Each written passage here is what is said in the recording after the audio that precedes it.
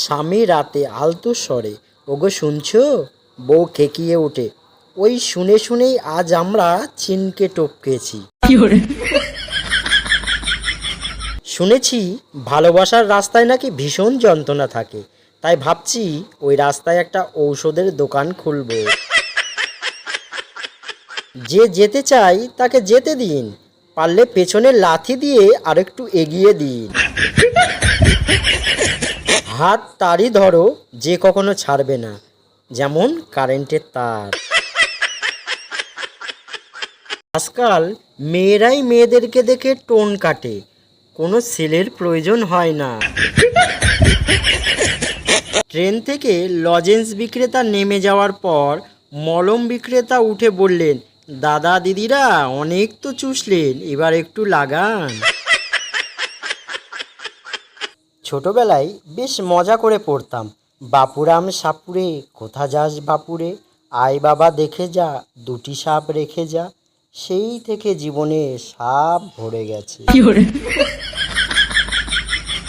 তুমি প্রেমও করবে, আবার মানসিক শান্তিও চাইবে, তাই হয় কখনো?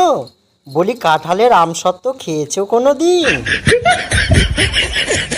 শিক্ষক, প্রতিবন্ধী কাকে বলে?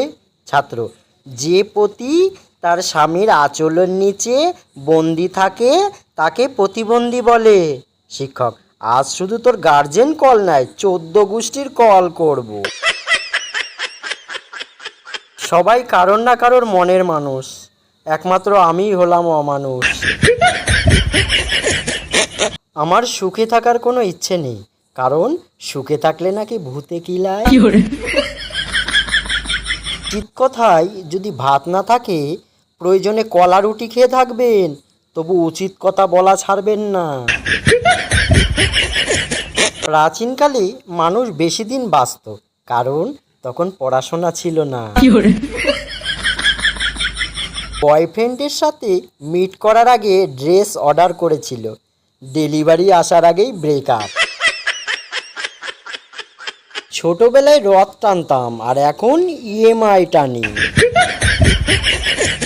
বন্ধুর সংখ্যা 5টা আর বৌদির সংখ্যা 15টা।